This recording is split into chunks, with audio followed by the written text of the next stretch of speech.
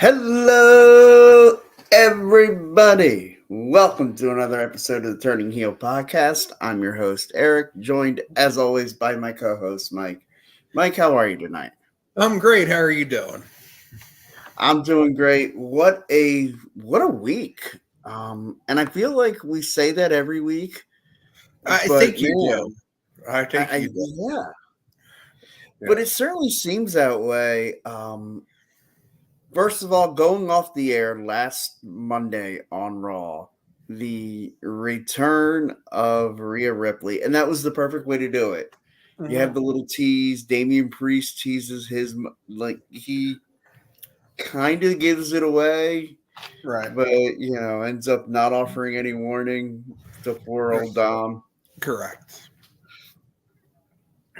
It really, we were speculating off air. We were saying it kind of feels like there's going to be a splintering of the Judgment Day.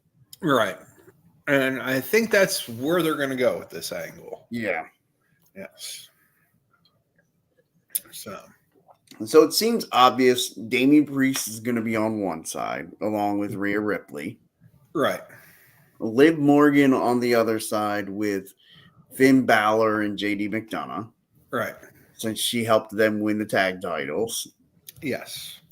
And then it's all going to come down to where does Dominic go, which that's the big piece, and where does Carlito go? Right. And I feel like Dominic will go with the other side of wherever Carlito goes. Right. And to me, it makes sense Carlito going with JD, Finn, because those three have kind of become their own little group. Yeah. So I think we can have Liv, Carlito, JD, and Finn together. And then Dom, I think, should side with Rhea and Damian Priest. Now, look, and this is the cool thing about this is I think it's so cool. Like, I think you could make the argument either way as to where either Dominic should or will end up. Exactly. And I think that's what makes this so cool, because I could make the argument that, hey, Liv Morgan pointed out how many times in the different little segments, Rhea Ripley's never given you gifts. Rhea Ripley's never treated you this way. Correct. And then Rhea Ripley never led Dominic to finally getting a win over his father, over his deadbeat dad. Right. Which, man, that should tell every one of you deadbeat dads out there, careful. Mm-hmm. Because your son could come up and get you. He could. He could. Freaking beautiful.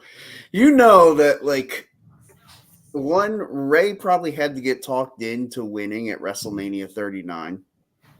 Probably. I'm sure he wanted to put his son over.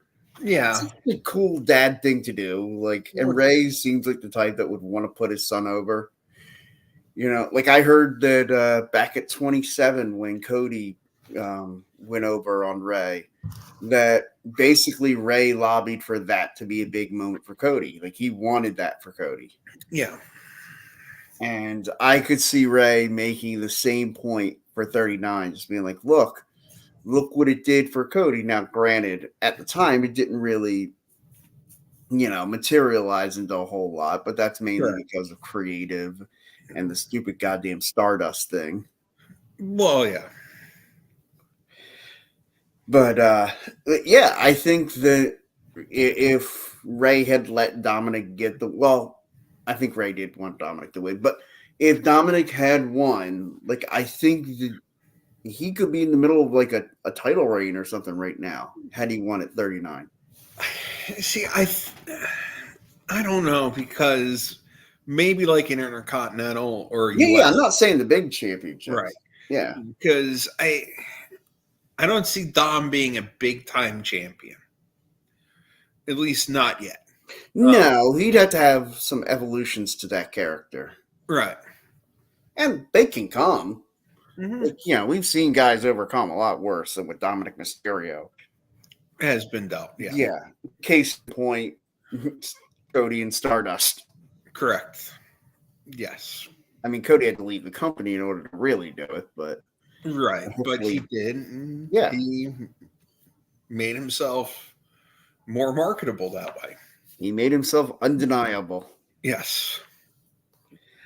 So, and speaking of which, I know we talked about, I want to take that point to segue into the Cody story for SmackDown for just a minute. Cody is going to face Solo Sikoa for the WWE Championship. I figure this has to be where Roman comes back at the conclusion of that match. Yeah. Yeah. And either to help Cody or after the match and to confront Solo. Right. Yeah. It's gotta happen. Yeah. Um. It really. I I think they gotta start the kickoff at SummerSlam. Mm-hmm. I think the Bad Blood pay per view coming up in October would be a good time for Roman and Solo or Jacob Fatu, whoever they're going to do, to go into Hell in a Cell. Yeah, I think that would make a lot of sense. Right. And you know who I think should get involved in that Hell in a Cell match? Who's that? I think we're having some technical difficulties. Well, it wouldn't be This a is turn never a good podcast sign. without a technical difficulty. Well, hopefully you all can hear me right now, but let's see if I can just take him off of there. Oh, can you hear me? I can hear you. Okay. All right. I don't know what the heck just happened, but I don't know. yeah. But what I was saying is, I think the person that should get involved in that match should be The Rock. It would make sense. It would make sense to have The Rock be the backer And then of this new vicious The Rock blood. is the leader of Bloodline 2.0. Yeah. Right. Yes. Yes. So that would And make I would sense. love to then see Team Bloodline 2.0 with the original War Games. Yes. So we will have to see, but I think that's what we might get. Yeah. Yeah, I gotta believe that's the plan. Although, like, to me, I kind of wonder what that really means for Cody in his championship reign, because obviously Cody's going to retain against Solo, Right. but then where does he go from there? He's going to be kind of in a. It's almost like he's going to be in a mid-Carter role as the champion, because obviously you're closing with at Bad Blood in our scenario, Roman versus whether it be Solo or Jacob Fatu, whoever Right. from the Right. 2.0. Yeah. And then obviously you're closing Survivor Series with the War Games match. Right. And I'm assuming Cody's at least defending the title in one of those pay-per-views, if not both. He is from Atlanta, so Yeah, I would imagine he's going to defend the title there. I would imagine he's going to defend the title. Could they go double Hell in a Cell? Cody Rhodes versus AJ Styles one last time in Hell in a Cell. Two Georgia boys in Atlanta. They could.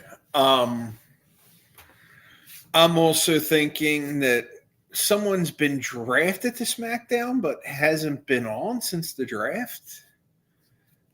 And he's had some issues with Cody on Raw, and that is Mr. Nakamura. I would enjoy that as well. I would love to see Nakamura in the WWE title picture. Right, and I think that would make sense. Mhm. The SmackDown after SummerSlam have Nakamura come out and attack Cody when he's cutting an interview, and that could build up to either the Bash in Berlin or to Bad Blood or maybe to both. And then we kind of get that progression going forward. Because I think right now we could have different challengers for Cody up until WrestleMania, where they're Royal Rumble, where they're going to have to figure some stuff out. Right. Because we could do Cody. We did Cody versus Logan Paul already. Yeah. They did Cody versus AJ already. So it would be, I guess, it's going to be Solo. And then just trying to look down to maybe more coming back would be good. Maybe another feud with AJ. But yeah, it's kind of. Do you try to pull the trigger on maybe a Carmelo Hayes? I mean, you could. I think you could give Carmelo a shot at like the Rumble, I would say. Yeah. Because Carmelo's not WrestleMania main event ready yet. No. But it would kind of be like the Brock Lesnar Hardcore Holly title match in 2004, where it's kind of like just a filler match. Right, and everybody knows that's what its role is. Right. It's just Brock's going to go over, Brock's going to look huge. Right. Yeah, and you could do that. You could have Cody and Carmelo, and it's about one, establishing Cody as he's the main event, he's the star, but also showing, hey, watch this Carmelo Hayes. He's coming up. Exactly. And I think that would be good. And I think that would then get you into 2025, have the ball rolling for Hayes, and really start building him up through next year. Yeah, and I really think that could be something that, like, Carmelo Hayes 2025, I feel like is going to be a big year. He's going to they're going to want to put a singles title on him, right? Whether it be a U.S. or Intercontinental title, and let him kind of carry the ball as that undercard champion for a while. And maybe by 2026, I think we're looking at a Carmelo Hayes World Championship reign. I think so. I think depending on how this whole deal with Netflix goes, he might be the champion on Raw first. Because right now, I see SmackDown being the number one show. Yeah, I'll tell you, because I think that there's going to be a lot of people with I know I'm excited about the Netflix with Raw. I think that there are going to be some, executives in WWE that are going to kind of have a wait and see attitude with it. Yep. And they're going to want to say, okay, let's see if Netflix can really handle this role. Mm-hmm. And until they prove it, we're going to kind of put our top champion on SmackDown because it's still regular television. And a lot of people I know are cutting the cord. I cut the cord. Like, I stream everything. Right.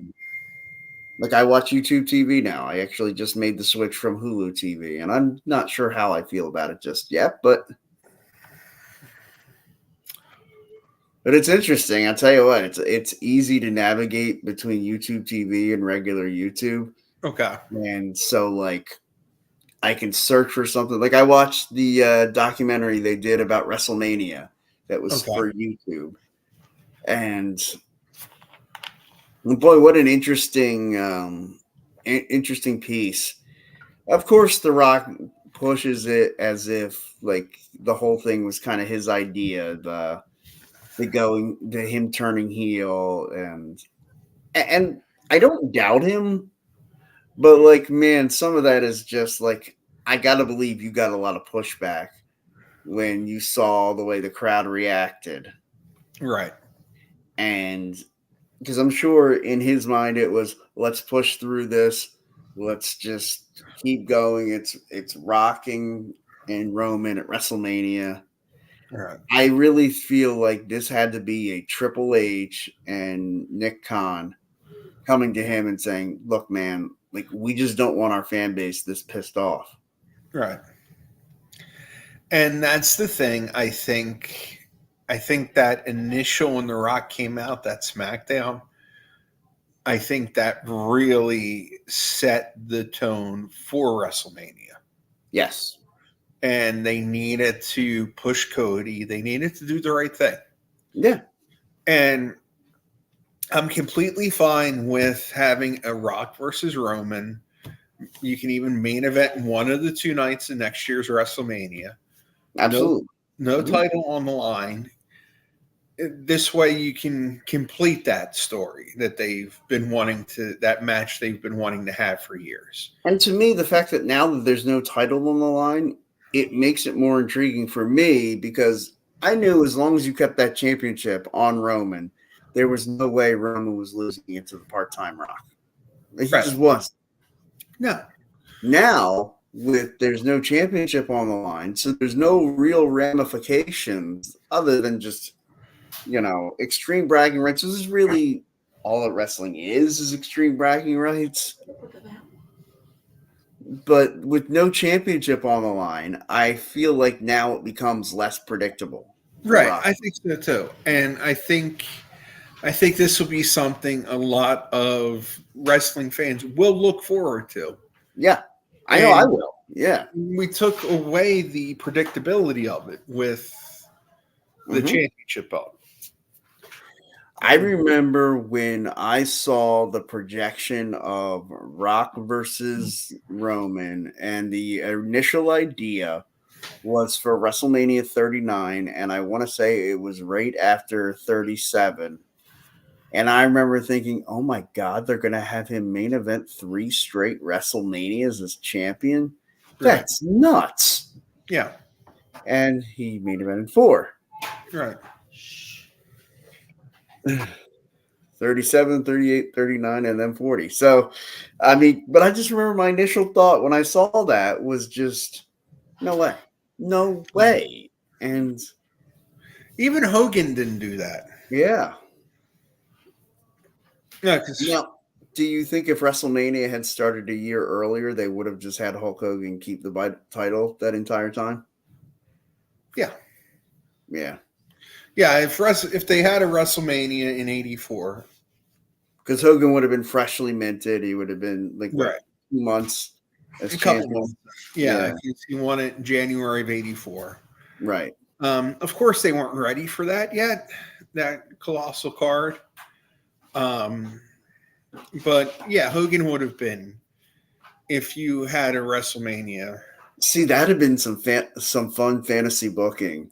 Fantasy book WrestleMania -1.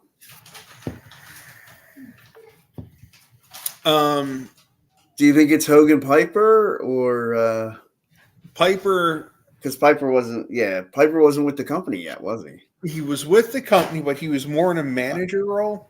Okay. In the beginning, if it was March, April of '84 range, it would probably have been Hogan against Dr. D. David Schultz, I think. Oh, because so good. Because Hogan brought Schultz in because they wrestled in the AWA. Right. I think that would have been the title match. Which, by the way, can I just say before we continue on, God bless Dr. D. God bless. Freaking slapping the piss out of that little pissant. I don't even want to give him the recognition of calling him by his legal name. There you go. I think we would have had a Slaughter Sheik match as a semi-main event. At that point, see, Stud and Andre weren't. Yeah, they weren't working together yet. They weren't working together as much. I mean, they would start. So it would probably be Andre against Kamala. Because Kamala was coming in at that point. So that made sense. Trying to think here. I know, I'm really testing your memory. Guys in the company in '84. '84, I believe the tag champs at that moment or Dick Murdoch and Adrian Adonis. Yeah, like it's such a who's who. Now I feel like, man, we really should have had WrestleMania -1. That'd have been awesome. We should have. So yeah, that would have been Adonis and Murdoch. I'm trying to think who the face teams were at that. I was gonna say, now you get back to when I was 3 years old, and I'm, Right. For the Intercontinental title, let's see here. It probably would have been Santana and Morocco for the. I was gonna say Morocco was the champ then, right? Santana just won it from him. Okay. So they still would have been feuding before Hammer got into that picture. Yeah. Oh, that'd have been a nice blow off. Yeah. Tag belts. Still trying to think. Murdoch. Because I think Soul Patrol was already split up, and Rocky Johnson was already gone at that point. Right. Yeah, because weren't they the tag champs in the 70s? I thought maybe. No, 83. Oh, 83. Oh, was it? Okay. You know who they probably would. Do you have any apples and bananas? Well, Sean got a new toy today. Okay.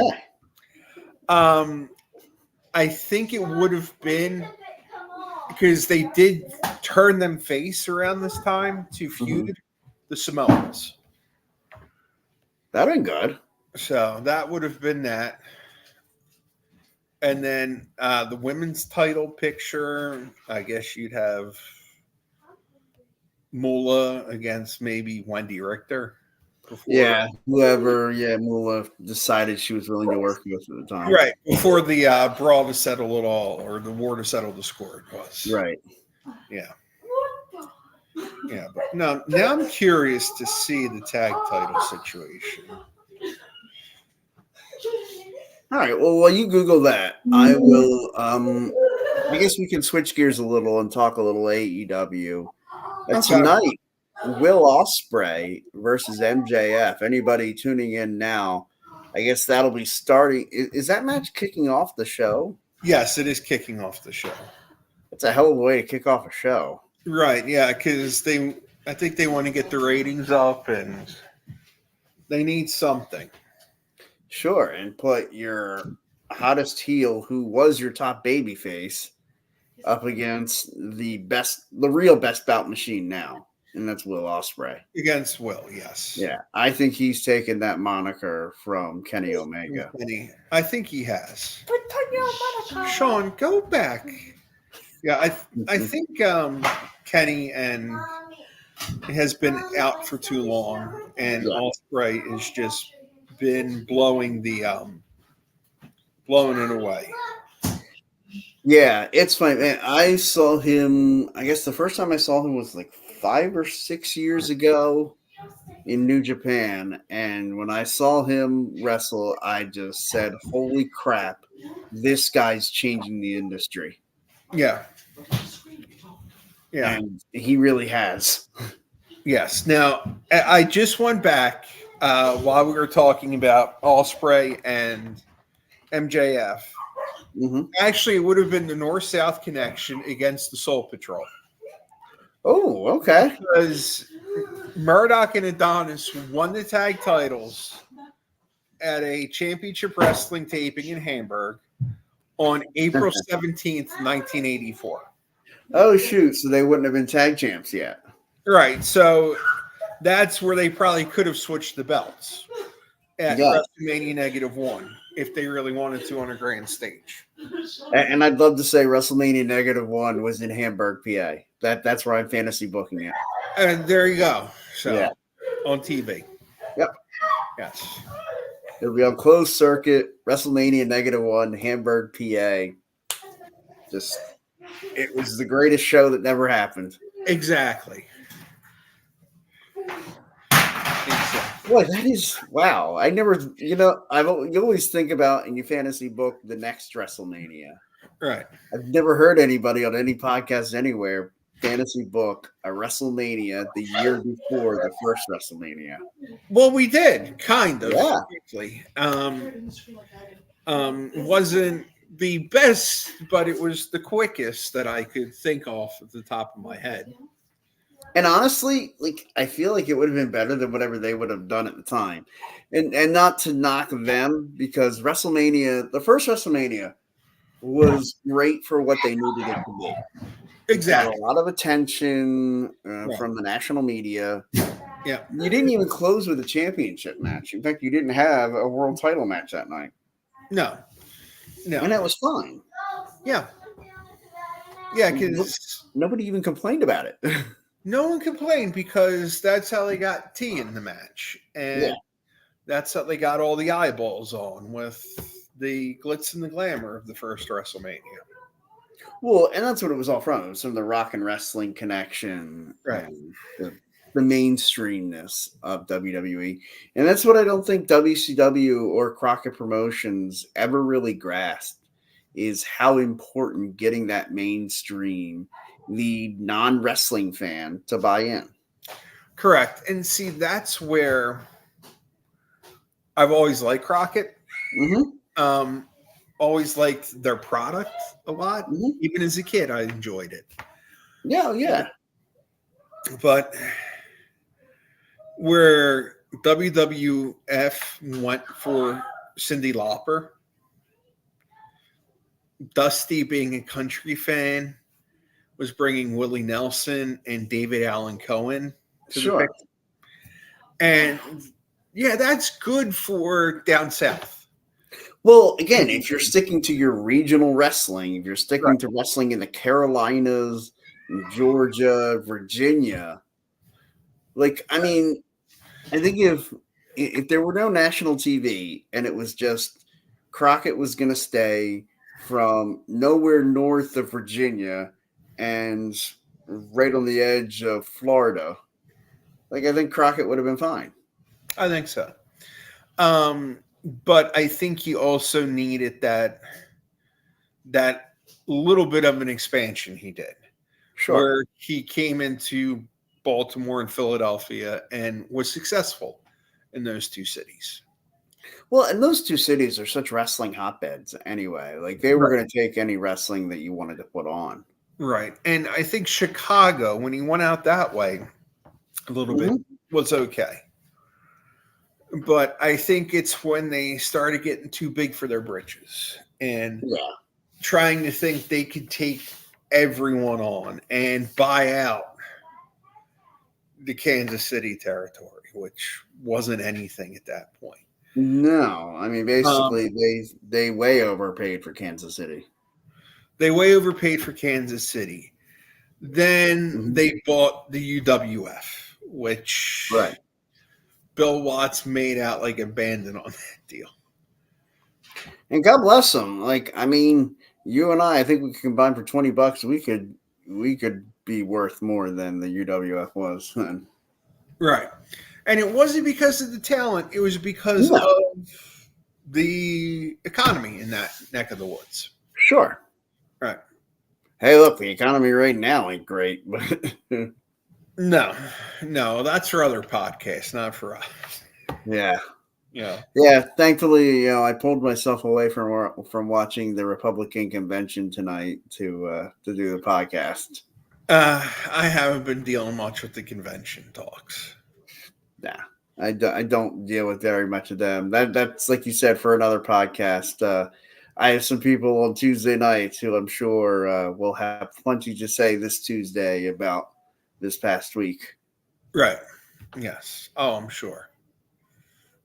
And I'll get on and I'll poke my little comments in. It'll be great. There you go. I'll just wind up and watch them go. God bless them. Always starting to stir trouble. Always. That's the thing. And the thing is, they know it's coming, and I'm still able to do it. It's fantastic. That's a great thing. But speaking of stirring things up, I want to get back to the MJF heel turn. It just, I feel like I'm going to be on the soapbox for a couple weeks. You didn't need to do that. I mean, he's the hottest actor in the company, and I get, like, you want to make it mean, like, if you're going to make it mean something, look, I love Daniel Garcia. Like, I think he's a fantastic talent. Why are you wasting the goddamn what could be the greatest heel turn in the company's history on Danny fucking Garcia? Like, MJF could have turned heel against anybody. He could have turned heel against Swerve. He could have turned, like, how cool would it have been had, like, if Adam Cole is ever coming back? And I have no idea. The man's taken a year to recover from a broken ankle. I mean, I've never heard of a broken ankle taking that long, but I don't know. Like, is his doctor handicapped? Like, what is the deal? Did he accidentally perform surgery to the wrong ankle? I don't know what's going on. It's so frustrating. You can't get any word out of AEW about any of it. We haven't seen Adam Cole in how long? A long time now. You did this whole thing with him being the devil. And I'm like, great, how are you going to keep this momentum up until Adam Cole comes back? At that time, I'm thinking, hey, you know, like maybe by April or May, Adam Cole should be back. But here we be in mid-July, and he still is not back. I don't know what's going on. But like, how cool would it have been had you done like a Adam Cole versus Swerve for the championship, and MJF comes back, and and you're thinking, oh man, he's gonna screw over Adam Cole. He's gonna make Adam Cole. But he helps Adam Cole win the championship. And at the end, it's like this whole friendship embrace and the whole, man, if you wanted to turn bad, dude, I'm the freaking devil. Right. I don't know.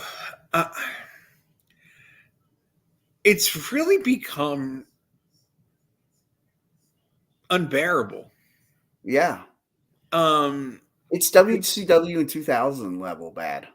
It really is. It's just like, I don't know what to say at this point. Like, which, by the way, you'll get a kick out of this on Monday morning. So I didn't go to work on Monday because woke up at like midnight and like my back was in such agony. When I was finally able to get myself out of bed and wanted to call out, I come into my man cave here and I put on some TV and I thought, man, I need something to put me to sleep. I put on 2000 WCW. Went out like a light. It'll do that to you. Yeah. Put on a Monday Nitro from 2000 and I was 10 minutes later, I was sawing them off. I don't know what they're thinking in Jacksonville right now, or whatever town they're from. Yeah, I think their base office is in Jacksonville. I think you're right. Their base office is Jacksonville. I know that, but like I don't know where they're where tonight's. I don't even know where tonight's Dynamite is anymore. I've lost all. Speaking of shows coming to certain areas. Philadelphia getting Monday Night Raw, October 21st. Any interest? What's maybe, that? Maybe. Okay. I'm, believe it or not, more interested in 6 days afterwards. Yes, 6 days afterwards. Halloween Havoc. Oh, yeah, where is that? The Giants Center in Hershey. I did see something about that. Hell yeah, I'd be totally in for that. That I'm actually more interested because Raw is Raw. Sure, yeah, you're probably right about that. You know what's going to happen. every week. Yeah, I think I could be in for that. Halloween Havoc and Hershey. However, in NXT I might, PLE, dude, I might even be able to talk my wife into coming up for that. We spend the weekend in Hershey, and then after the show Sunday night, we come home. Right. You might be able to. I might be able to. I wonder if I could convince her to take the Monday off. Although I'll have to find a good sports bar there to watch the Eagles game at 4:00 that day. Right. They play the Bengals. Yes, I already researched who the Eagles play that week because I wanted to make sure it wouldn't conflict with the home game.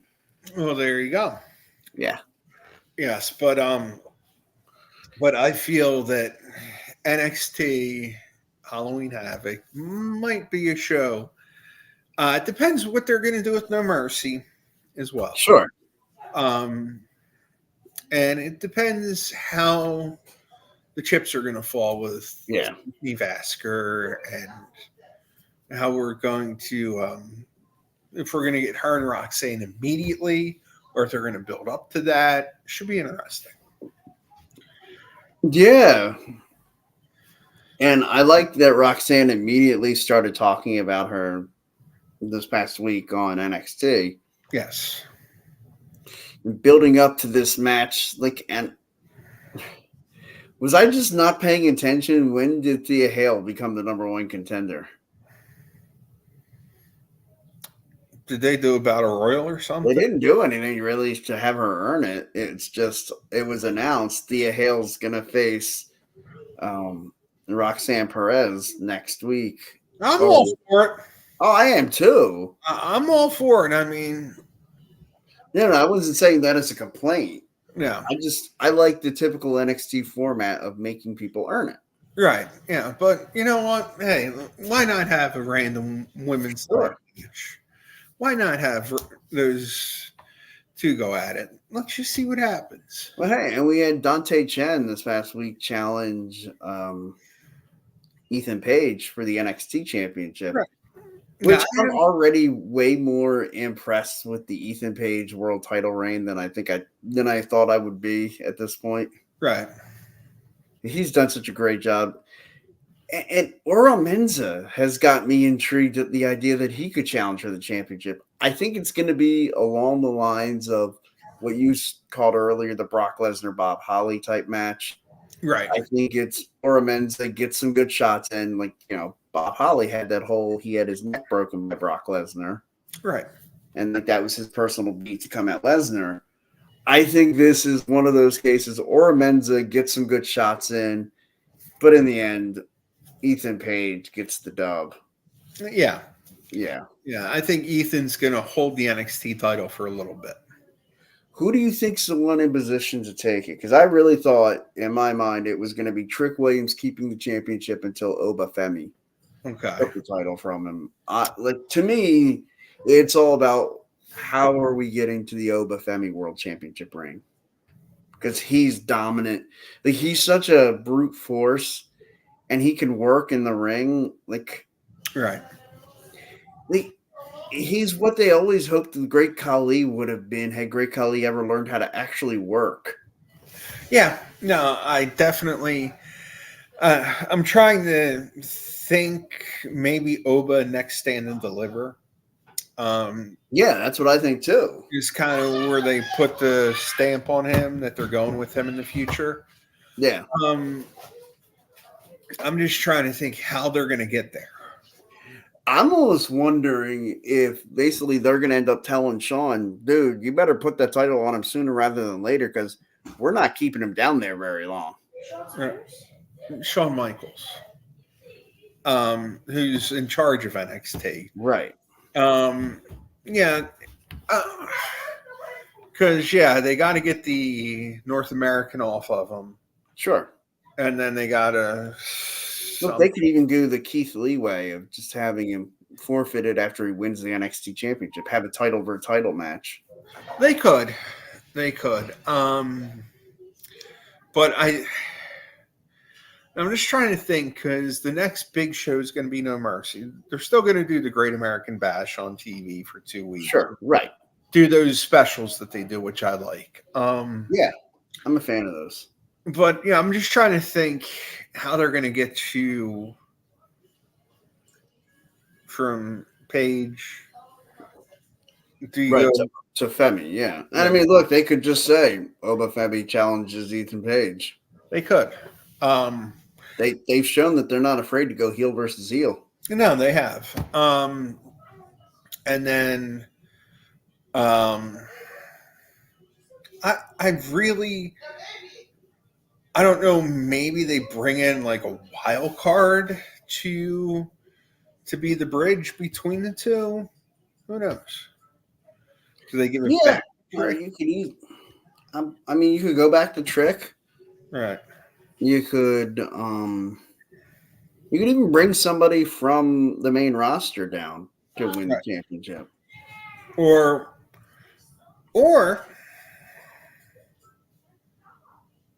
do you dare do it? What's that? Say his name and give him the title. I would love it. I would absolutely. I'm glad you brought him up because I'm telling you, man. I'm almost afraid to say his name to wonder if he might pop up in our show. I don't know. I guess there's only one way to find out. If we just say Joe Hendry. I believe in Joe Hendry. I've got the whole family addicted to that song now. That is freaking dynamite. I was watching NXT on my phone at work. Right. During my breaks. And so after one of my breaks, I'm walking up there and it was right after he'd come on during the Gallus match. And just walking up there and I believe in Joe Hendry. And it's the catchiest freaking thing. It's so dumb, but it's wonderful. It's fantastic. It is. It is. I mean, he's the hottest act in wrestling now. He is. I saw a meme on Facebook, and it was a picture of him, and it said, "When you're a bigger draw than the entire roster of AEW," and it just had a picture of Joe Hendry. The answer to all of life's questions, Joe Hendry. Joe Hendry. You know, I can see them doing that. Yeah, they really need to. Oh my God. And then Joe Hendry goes into stand and deliver as the NXT champion against Oba Femi. Right. And God, imagine those promos. It's like, Oba's going to stand there like, all your pure motivation, all of that. And it's not going to mean a damn thing when you come against the domination of Oba Femi. Yeah. And I'm already getting chills thinking about that. It could. I mean, I know he has a long way on his TNA contract. WWE's got to buy that out, right? But, I mean, let's face it, with this working relationship, anything's possible right now. Sure. I mean, because if I'm Triple H, I'm looking at all this and I got to go to TNA and just say, look, man, obviously Joe Hendry's not going to be there when his contract runs out. Right. We want him to come up to WWE right away. We want him in NXT. We'll let you have him for a few shots. What's it take for us to buy his contract? Right. I don't know. And if I'm Triple H, I'm writing out a check and I'm just saying you put the number in. And I'm interested to see what Saturday holds. Right. With Slammiversary. I can't wait. Is TNA going to put their title on Hendry? I almost have to feel like they got to believe it's now or never. Right. Because it's a 6-way match. It's a lot in there. So, who would be a great opponent from TNA to go to NXT to be a challenger for Ethan Page would be his old tag team partner, Josh Alexander. I know. That's another one. Oh man, that would be awesome. Yes. And it'd be a great way for Josh Alexander to test the waters there. It would be.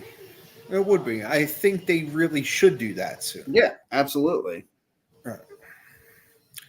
Because we've already seen Jordan Grace. We've seen Kazarian. We've seen Joe Hendry multiple times now. Yes. And the Rascals. I got to believe the Rascals are another group that they're just going to be like, okay, we just want to buy their services. And the funny thing is they had them for a little bit together. Yeah. Yeah. Well, they had MSK. They didn't have Trey Miguel, did they? They didn't have Trey Miguel. No, they had it was Zachary Wentz. Yeah. Right. Zachary Wentz, who was Nash Carter in WWE, Right. and then Wesley. Yeah. Right. Well, what I would love to, again, I would love to see the Rascals be part of a 6-man tag, division in WWE. Right. But again, I don't want it to be where it's like, okay, if they're in the 6-man tag division, that's all they ever wrestle is 6-mans. Right. Like, I want it to kind of be like, and I always use this comparison like WCW's cruiserweight division, where it's like, yes, they were cruiserweights, but cruiserweights could work with heavyweights occasionally. Exactly. Now, speaking of 6-man tags, yeah, AEW stripped. Because they lost. Yeah, because Jay White got injured. Right. Why not just let Juice fill in under the Freebird rules? I feel like they're gonna end up just winning the unified 6-man tags anyway. Right. I guess they're gonna give it to the patriarchy. Who knows? I suppose. But God, I absolutely. The patriarchy is one of the best comedy acts. It's not really. I don't know if they're supposed to be a comedy act. Like that whole Father's Day thing where Nick Wayne gave Christian the Father's Day card. Right. And it's like Happy Father's Day, Dad. And it's like a like basically looks like your 3rd grader made it. Right. And it's like whatever, it's thoughtful, but like, and then you see Kill Switch made this great portrait for Christian, and then he just basically berates him. He's like, "Why couldn't you be more like Nick?" Right. It was great. It was. And the fact that he's able to deliver that, like, I mean, stoic, did not sell at all that he was trying to be funny there. Right. Yeah. Just made it priceless. It did. So yeah, see, like you said, Saturday is Slammiversary. Did you want to pull up the card and we can predict it? It's only 5 matches right now. Okay.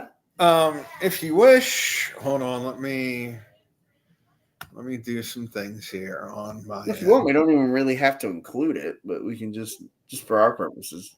I don't care. Okay. Let's see here. Turning heel predictions. I just got to bring the sheets up. And while we're doing that, hold on.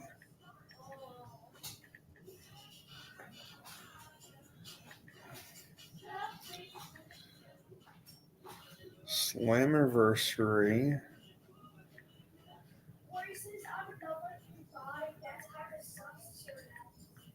$2024. You know, that would be helpful if I typed the right year in, wouldn't it? Yeah, not 2025. I'm not ready for Cena to retire yet. No, I'm not either. Now, if you did 2023, I feel like I could predict that one pretty well. Yeah, I think we could.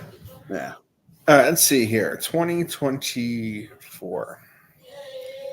All right, so we have the 6-man match for the major title. While I'm merging all this. So we have Moose defending against Josh Alexander, Steve Macklin, Nick Namath, Frankie Kazarian, and Joe Hendry. I gotta go with the man that's 252 pounds of pure motivation. I'm going with the guy we all believe the answer to all of life's questions. I believe in Joe Hendry. You know what? I got to go with you. I think it's one of those. The momentum is just so strong. They got to embrace it. They got to ride it as far as they can. They really have to. Like, they really have to bring out the best. Yeah. All right. Next up is the knockouts. Title. Jordan Grace against Ash by Elegance. I'm a huge Jordan Grace fan. Like, I know I've said that several times on this show. Yes. In fact, I know this is going to be hard for people to believe. Probably a bigger Jordan Grace in-ring wrestling fan than Liv Morgan. But I'm going to go Ash by Elegance. I'm going to go Jordan. I'll give you my reason, and then I'll let you give you your reason. It's just everything, the whole momentum of all of this, ever since Ash debuted, it's been all about going after the Knockouts Championship. Yep. If she gets this far and doesn't win it, where does she go from here? Right. I think Jordan wins its Slammiversary, builds it up, and then I'm thinking Ash wins it Bound for Glory. Could work. Either that or Giselle Shaw, because I know they've been trying to build her up. So. Yeah. The X Division Championship, Mustafa Ali against Mike Bailey. I love Speedball Mike Bailey. This is just a pure my favorite pick. Mike Bailey might be my favorite TNA performer aside from Josh Alexander. Okay. So you're going to go Bailey? Yeah. You know what? I'm going to go with Ali. Because it seems like he's been doing really well with the X Division title. And it seems like he doesn't want to do jobs right now. Yeah, I mean, and look, all of what you're saying, I will say, is very accurate. Right. My pick is strictly not necessarily do I think you will. I want to be right, and I don't want to have a situation where Mike Bailey wins and I can't really feel good about it because I didn't pick it. So, right. Yeah. All right. Then we have a singles match for the TNA Digital Media Championship and the Canadian International Heavyweight Championship from Louis International. That's where the title was from in the 80s. Okay. So we have AJ Francis versus PCO. I got to root for PCO, the big love machine there. Right. From Steph DeLander. I'm going PCO. Same here. I enjoy some PCO. Yeah. Almost. And then we have the Knockouts Tag Team Championship title. Alicia Edwards and Masha Slamovich against Spitfire of Danny Luna and Jody Threat. Okay.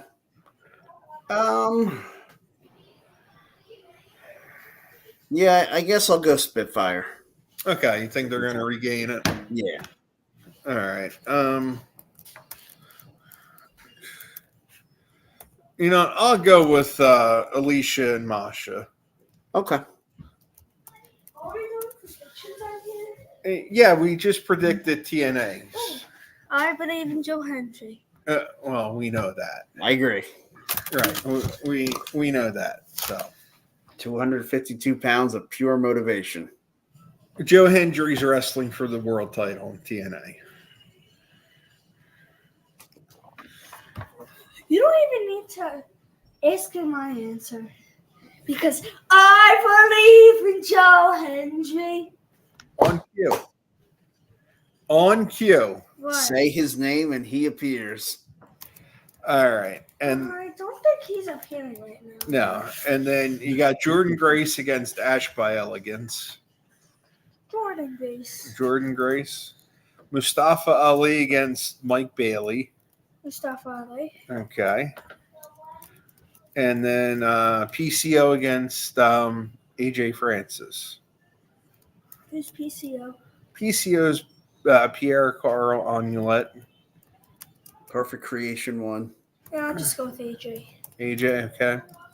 And then there's the women's tag titles. Spitfire or the Militia? I'll go with this one. The Militia. The Militia. Okay, Sean made his predictions. All right. All right, Locked in. there we go. Everybody have a great Slammiversary weekend. I figure on that note, we'll go ahead and get out of here. Yeah. Thank you so much, anybody who joined us, whether you were live or streamed us later. Give us a like and subscribe and just blindly follow what the internet tells you. That's always good advice. Got it. All right. Everybody have a great night and happy wrestling.